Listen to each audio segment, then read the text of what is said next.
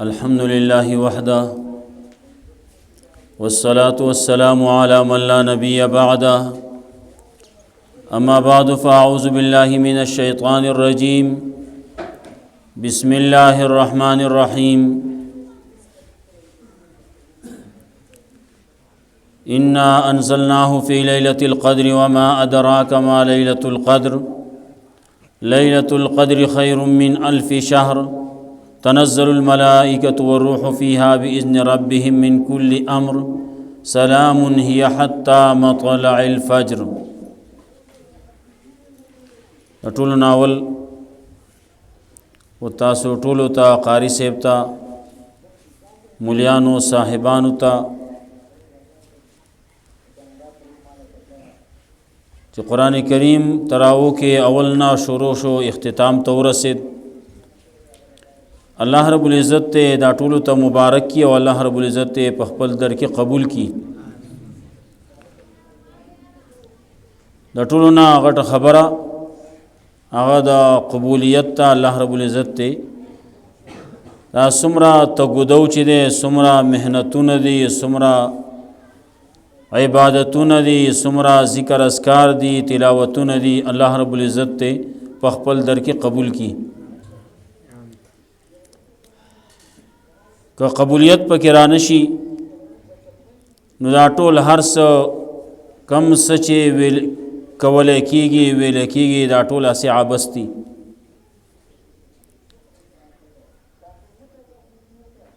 چا د یو تن نه تپوس وکړو وی ته د چا بندی هغه وی زه خو دا ویمه چې زه د الله بنده یم او زه دا په شل پیرې ویم او سل پیرې ویم چې د الله بنده یم لیکن خبره د دې طرف نه نه کېږي. خبره به کېږي د هغه طرف نه چې الله ووایي چې او دا زما بنده دی.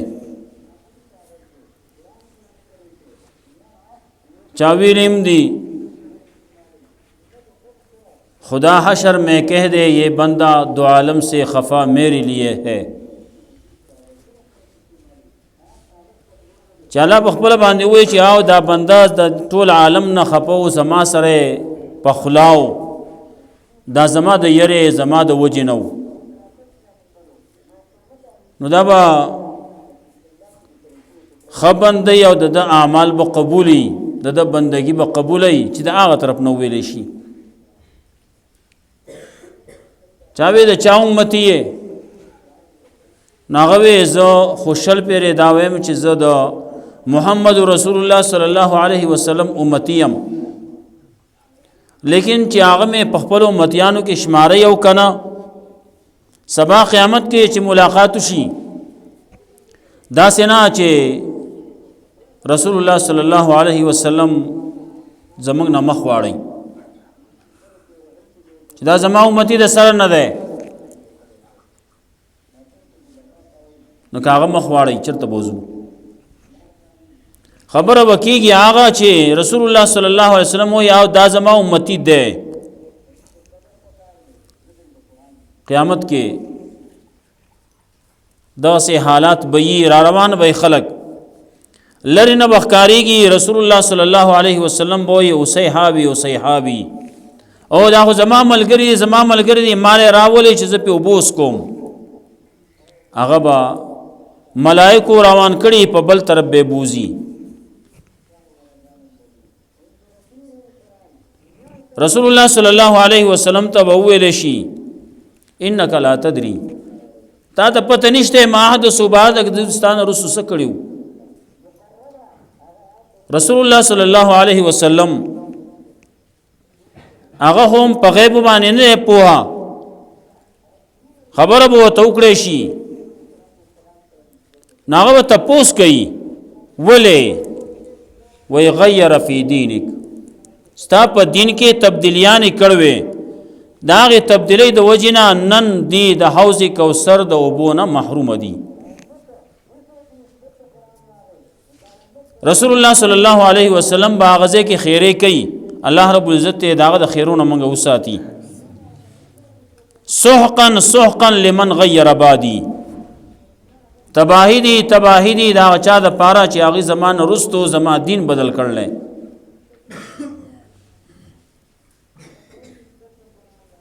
رسول الله صلی الله علیه وسلم فرمایلو کل امتی يدخلون الجنه الا من ابا، زما امت ټول به جنت ته ځي لیکن هغه څوک به نزي چې چا انکار وکړو د جنت تلونه.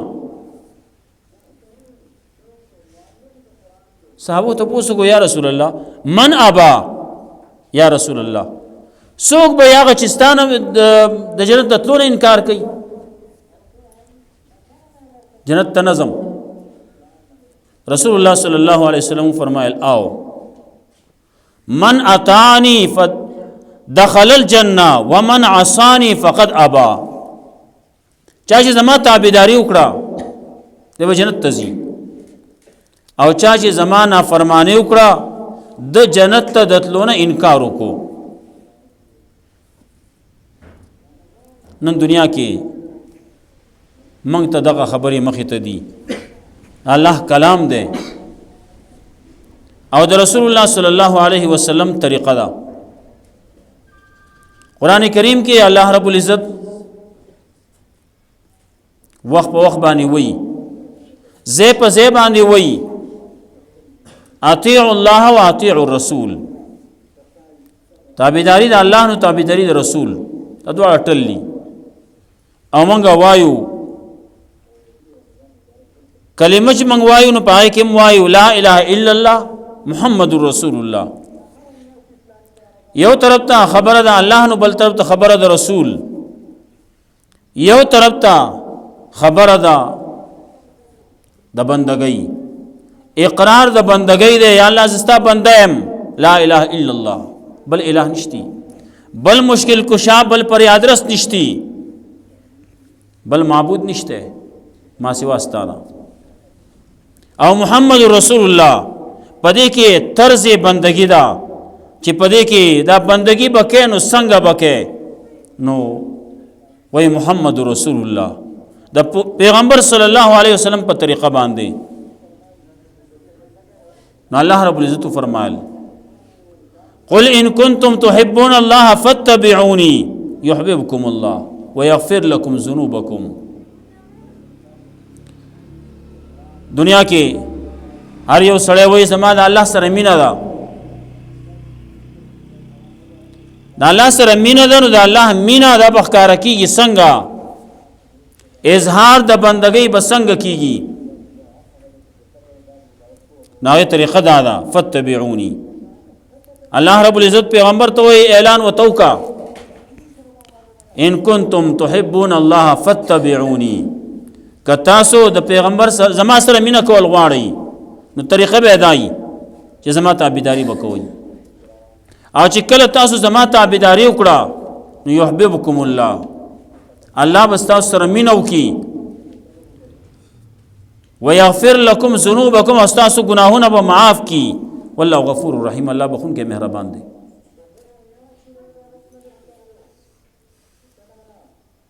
دا الله خبره منی نو څنګه به منی، څنګه بکې چې کله د پیغمبر صلی الله علیه وسلم طریقه وسره نه داغه تعلیم وسره نه د الله رب العزت په خبره باندې ما او تا نه پویږو او نه په عمل کولای شو. خبره به د رسول الله صلی الله علیه وسلم په تعلیماتو باندې چې کله رسول الله صلی الله علیه وسلم تعلیمات یي نو د الله بندگی دغه ته د الله بندگی وایي. بس الله رب العزت مونږ ته وایي اقیموا الصلاة، مونږ قائم کوي، نو دا مونږ به څنګه کوو؟ بعضې خلک دي هغه د مانځه د صلات ترجمه چې کوي نو هغه وایي دعا کوي، ذکر وکوي، دعا وکوي، خلاصه ده. او څه خلک پکې داسې دي چې هغه د صلات بله معنی وایي، نو هغه وایي هسې ښکته پورته شه وړقېږه را وړقېږه چې بس خبره خلاصه ده ستا مونځ شو وینا سو پورې چې د پیغمبر صلی الله علیه وسلم طریقه وسره نه وي منګه مانځه په کولو باندې نه پوهېږو دارنګې په روژه باندې منګه نه پوهېږو حج او زکات ته په هغې باندې منګه نه پوهېږو سو پورې د پیغمبر صلی الله علیه وسلم تعلیمات وسره نه وي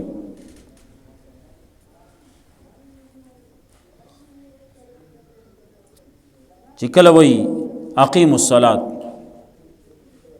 منځ قائم کوي نو منځ څه ته وایي که بل ځای کې ووایه منځ څه ته وایي منځ د قیام د رکوع او د سجدې نوم دی نو بیا یو حدیث کې دام راځي چې سړی چې الله رب العزت ته زیات نږدې نو هغه په سجده کې نږدې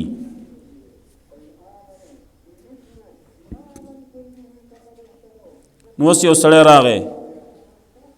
د پیغمبر تعلیم نشتی د هغې نه دی خبر دی وایي دغه درې څیزونه دي یو به قیامي یو به رکوع یو به سجده دا درې څیزونه به نو کوم یې څنګه د ټول نه اول چې الله ته یو سړی نږدې بنده نږدې نه په سجده کې نږدې نو د سجدې نه وروسته دویم نمبر بیا د رکوع دی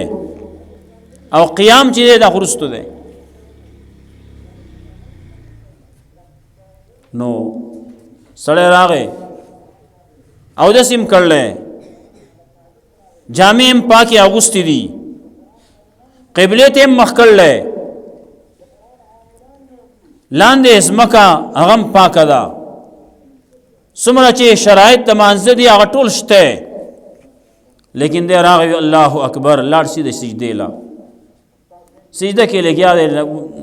پروت ته سبحان ربی الاعلی پکې هم وایي دا غزي نه بیا را پاسېد نو دویم نمبر باندې رکوع ده نو رکوع یې وکړه رکوع باندې دی ډېر سات نو د هغې نه چې پاسېدو نو لاړ قیام لا نو قیام یې وکړو نو په قیام کې دی چې الحمد به ویلي بل څه به ویلي او د هغه ځای نه چې سلام یې وګرځاو لاړ مونځ یې په دغه طریقې باندې وکړو اول یې سجده وکړه بیا یې رکوع وکړه او بیا یې قومه وکړه نو که دلته زموږ مسلمانانو کې وړوکی نه وړوکی چې هغه څه نه څه د مانځه په چل باندې پوهېږي هغه به ورته دا مونځ دې ونه شو هغه ولې ونه شو ما خو ښکلی اودس کړی ما ښکلې جامې اغوستې وې ما خو قبلې ته مخ کړی وه ښه ښکلې مې سجده وکړه ښه ښکلې مې رکوع م وکړه هغه ښکلی قیام مې هم کړلی او نه طریقه دا تا چې کوم وکړه دا نه ده چې اول به سجده کې دویم به رکوع کې بیا به قیام کې نه طریقه کار د پیغمبر دغه نه دی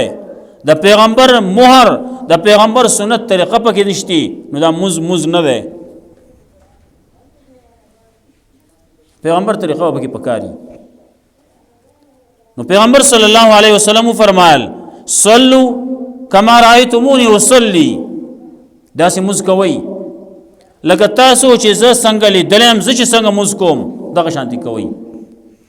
اول چې راشي ناول با قیامی قیام با اولی اگر چې دا د هغې لحاظ سره د ټولو نه وروستونی دی لیکن دا با اولی ولې پیغمبر طریقه اول لا نو چې قیام دی وکړو نو بیا به لاړ شي رکوع لا رکوع به وکړې نو چې رکوع دی وکړه رکوع نه پاسېدې نو بیا به لاړ شي سجدې لا سجده به وکړې یو رکعت به دوه سجدې دی وکړې یو رکعت به پوره شي بیا به نور رکعتونه څنګه چې په دغه طریقې باندې به کې اول به قیامي بیا به رکوع بیا به سجدې نو هله به مونځي که نه دا مونځ به مونځ نه وي دی په خپله طریقه باندې کوي بعضې خلک شته دنیا ده ډکه ده ډېر خلک دي هغه وایي صلات خو دعا ته وایي صلات خو ذکر ته وای نو بس دعاو کا خبر خلاص ماسپخین شو نو لاس پورته کا دعاو کا خبر خلاص شو انور قیام او سجدا او دا بیچاره واستلی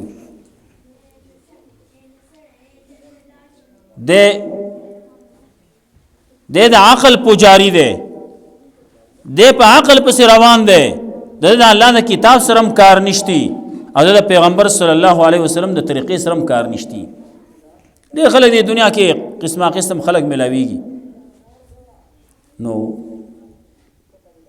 د پیغمبر صلی الله علیه وسلم طریقه پاول په هر سکه دا په پکاري اولنا قیام ورپسې رکوع ورپسې سجدا مانځ کې داسې کی لنډه قاعده ده وای پدې کې درود شریف بنوي هغه بوله درود بوله نو درود خو پیغمبر صلی الله علیه وسلم ویلي چا چې یو پیر درود وې الله رب العزت په لس رحمتونه کوي رسول الله صلی الله علیه وسلم فرمایلی تاسو کې ماته نږدې د قیامت پر ورځ باندې هغه سړی وي چې هغه ما باندې درود زیات وي زه مانځه کې درود ویم تاسو مانځه کې درود نه معنا کې لنډه قاعده کې عبده و رسوله چې وې نو دی وی اللهم صل علی محمد وز دې درود شریف وای ک په قسم باندې وای مونږ لاړ مونږ ما شو ولې په قسم باندې وای ک په هیر باندې وای نو چې اللهم صل وې خیر دې دا معاف ته علی باندې معاف ته په هیر باندې خو چې محمدین اوه په هیر باندې وسبا اخر کې سجده سهو کې کسي سهو دې اونکړه مز واجب الاعاده ده الکه ولې ما خو سکنزل خو من دي کړي بل څه خو من نه یاد کړي د پیغمبر نوم می اغسته ده نو پیغمبر نوم چې سره مانځ کې والی او هغه مې بیا درود وای نو په دې باندې ولې مونږ په خرابېږي پیغمبر طریقه دغه وا عبده رسول به لنډه قاعده کې د خزه پورې باوي پوګده قاعده کې اخرنه قاعده کې د عبده رسول به مو وې ورپسې به درود شریف وې بیا ورستو دعا وې او بیا سلام وګرځي طریقه کار د پیغمبر صلی الله علیه وسلم هغه دقه ده مونږ ته چې نقل شوی ده په دغه طریقه باندې نقل شوی ده او صلوا کما رایتمونی وصلی موږ کوي په دې طریقې باندې چې تاسو زلی دلې ما مزه چې څنګه موږ کوم هغه شانتي کوي نو زمونږه امام ابو حنیفه رحمت الله علیه هغه څوک لیدلی چې هغه پیغمبر لیدل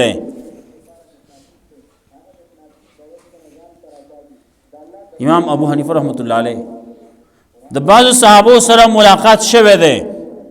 ناغه صحابه لیدلی چې هغه صحابه پیغمبر صلی الله علیه وسلم په خپل لیدل چې هغه څنګه مسکاو مانځه کې د پیغمبر صلی الله علیه وسلم ودریده څنګه د رسول الله صلی الله علیه وسلم رکوع تتلل څنګه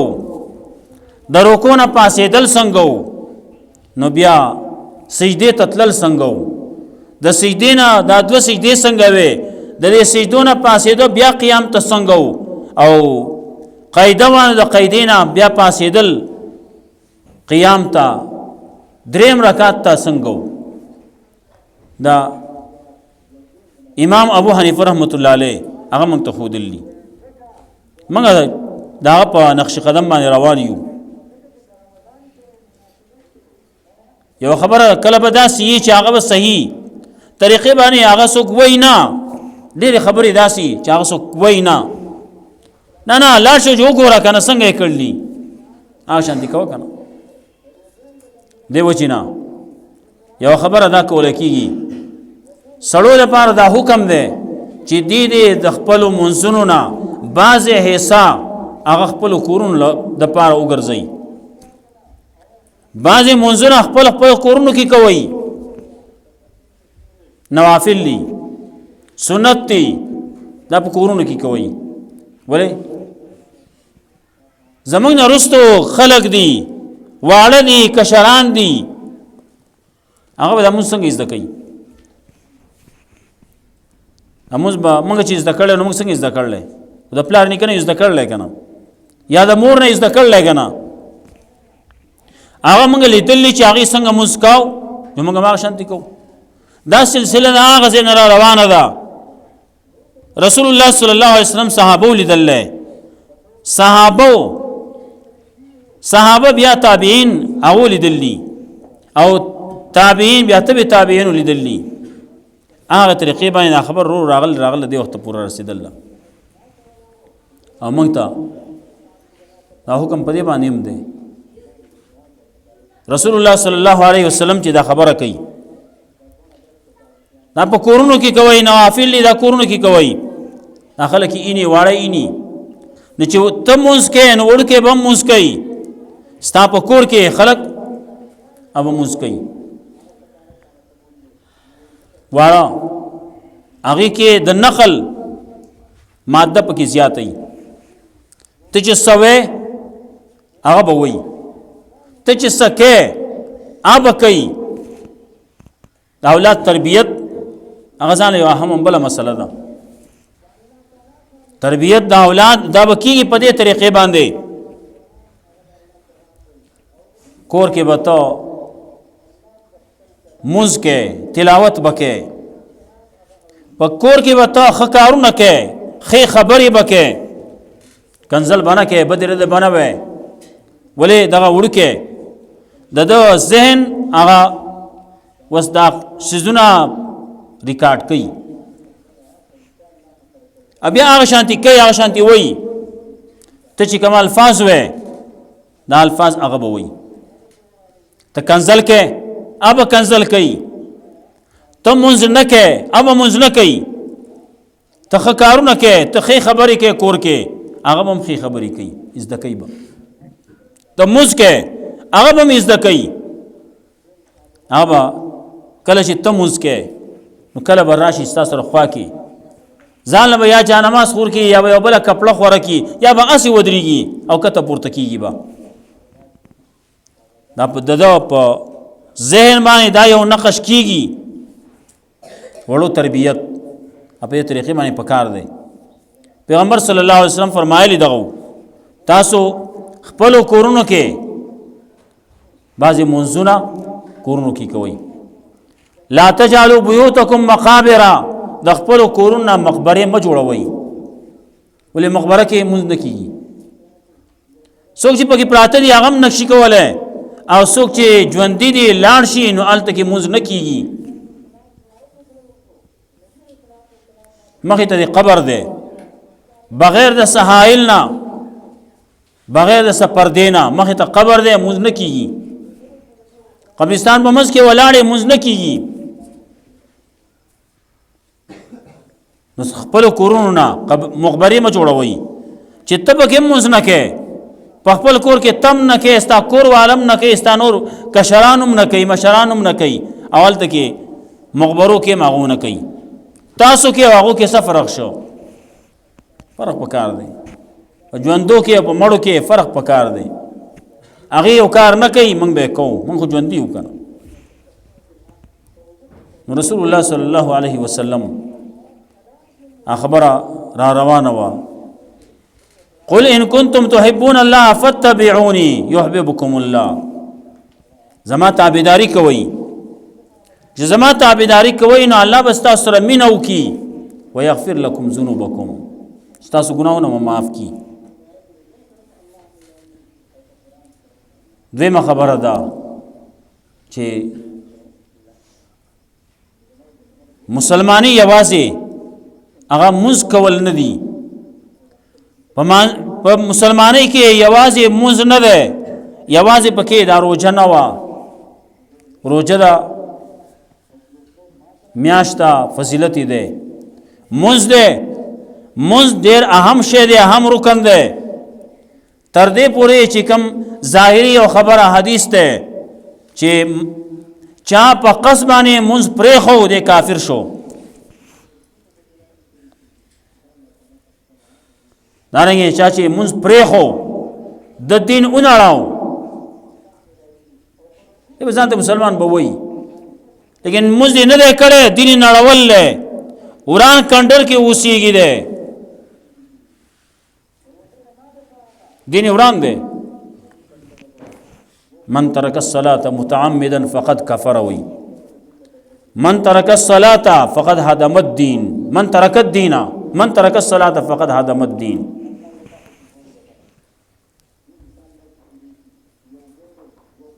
چا چې مز پرېخو نو د دین اونړاو چې دین نړۍ نه دی ځان ته بیا مسلمان وایي څه دی خو د دین نړون کې دی ګینتري راغستې دین نړۍ مز نه کوي دی چې مز نه کوي نو هلته دین په دین کې په اسلام کې د ده حصه نشته په اسلام کې حصه نشته مونږ نه کوي هغه غټ اهم یو رکن دی روزه ده چا چې په قصبانه روزه پرې خو ده بغیر د عذر نه بغیر د عذر نه روزه پرې خو ده د ټول عمر روزه اونسي د دقه یوې ورځې هغه بدله نشي راګرځولای یو غټ اهم فریضه ده مونږ هغه په ټول عمر کې ده هر ورځ ده 15 ټیمه ده روزه ده دا په کال کې یو پیری ده یو میاشت ده نو اهمیت یې ډېر زیات ده چا چې روزه پې راغله په دې کې د ده بخښنه کولی کېږي د دپاره الله رب العزت نورې بانې د ثوابونو د نیکو لټوي اوله ورکوي د باندې دا وختونه راولي زمونږ استاذو مولانا محمد حنیف صاحب رحمهم الله هغه به خبره کوله منځونو باره کې خبر راځي چې کله یو سړی یو منځ وکړي منځ کې ګناهونه وشي بل منځ چې سړی وکړي دا ګناهونه وران شي دا ګناهونه معاف شي لیکن بعضې ګناهونه هغوی داسې دي چې هغه لوکټې مټاک دي کلک دي نو هغه دغه منځ بیا نشي ورانولی بعضې ګناهونه داسې دي نو په هغې پسې بیا الله جمعه راولي نو جمعه کې چې ویومږي که نه هغه کم چې لوکټې مټاکي نو هغه تلاړ شي هغه ګناهونه ومریږي لیکن بعضې بیا داسې چې هغه بیا د هغې جمعې باندې هم نه معاف کېږي نو ورپسې الله روزه راولي په روزه کې معاف کی بعضې د روزې نه هم پاتې شي نو اختر پرې راولي نو په اختر کې چې کله مونځ وشي خطبه وشي الله وایي زه کورونو ته بخلي شوي واپس ځئ هغې کې وبخي لیکن د هغې باوجود بعضې وکې بیا مي مټاک پکې غټ ګناهونه پکې هغه بغیر د توبې نه معاف کېږي هغې پار توبه پکار ده توبه ډېر زر پکار ده په خپل ژوند کې پکار ده قبولیت د توبې دپاره قرآن کریم کې وایي لیست التوبه قبولیت د توبې نشته د هغه چا دپاره چې هغه مري غرغره شروع شوه زنکدن شروع شو د ده توبه اوس نه قبلیږي د زنکدن نه مخکې توبه ویستل پکار دي بل دا چې یو قبولیت د توبې چې کله نه کېږي سړی مړ شو دی اوس په قبر کې لګیا دی زما یې توبه نه قبلیږي مر نه رستو هر کله چې کې سړی مړ کېږي توبه نه قبلیږي دغه وخت کې غرغرې په وخت کې زنکدن کې هغې نه مخکې پکار ده نو بل مړ شي نو ورپسې په قبر کې توبه وباسي ورپسې په حشر کې توبه وباسي قیامت کې وباسي خو توبه نه قبلیږي او یو بل ځای دی کله چې انور د مغرب نه راوخیږي چې انور د مغرب نه راوخته نو بیا به توبه نه قبلیږي درې ځایونه دي دې کې قبولیت د توبې نشته دې نه مخکې توبه ویستل پکار دي چې توبه ویستا الله رب العزت ګناه معاف کوي بنده ده خطا دې شوی دا ګناه شوی دی معافي خیر دی خبره مې کوله روزه ده په دې روزه کې الله رب العزت د دې بنده د پاره اسی ثوابونه واغه بانا جوړي او د لپاره ثوابونه لیکي د ګناهونه معاف کوي روزانه الله رب العزت د جهنم چې چا د پاره واجب کړی شوی دا غي نمونه کټکي هر افطاری کې روزمات په وخت کې او هغه د جنت په لست کې شاملې او بیا دا څومره میاشت تیر شوی په دې کې چې څومره معاف کړي امر بیا په اخرنۍ شپه باندې معاف کړي نو دا ځان معاف کول ورځ دي چې موږ الله باندې ځان معاف کو الله باندې ځان وبخو الله رب العزت میاشت کله شروع شي و د رحمت ورځې وي بیا د مغفرت ورځې وي او آخر کې د ورنه د ازادي ورځې دي الله رب العزت ته منګه ک جهنم په لیست والو کې زمونږه نوم لیکلی الله دې داغې نوران کی الله دې منګه جنت والو کې شامل کی او خبره بدایي چې خلک خبره کوي د بوډۍ زویا سخو بویا سخو په کار دي ګره دا نه چې موږ واپس په دغه به تمه باندې کینو ځا روزه تیر شوه نو پیغمبر صلی الله علیه وسلم خیری کوي ګورې ښه هغه سړی دی تباشي چې هغه باندې د رمضان میاشت راغله تیر شوه د مغفرت پکې ونه شو د تباہی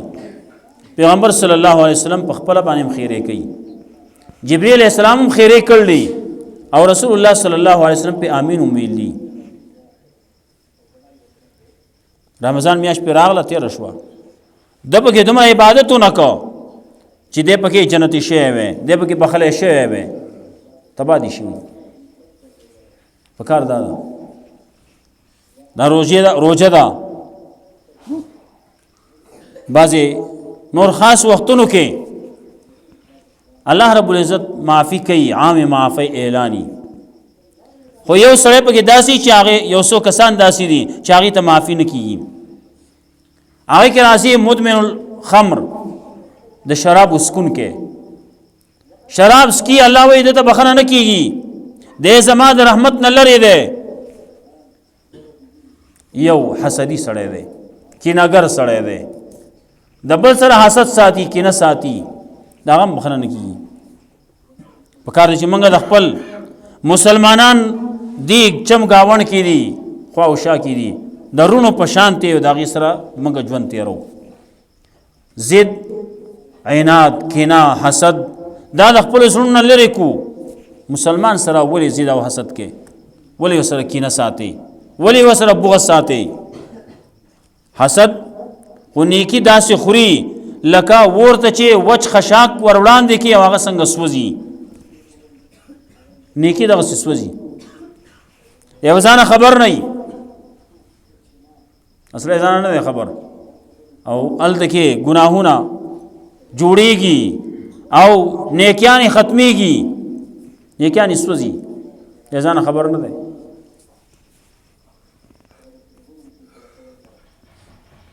دارنګي هغه سړی هم چې هغه تکبر کوون کې ده متکبر ده هغه بخنم نه کوي د مور او پلار نه فرمانه ده هغه بخنه نه کوي ولې د مور او پلار ځان له حقونه دي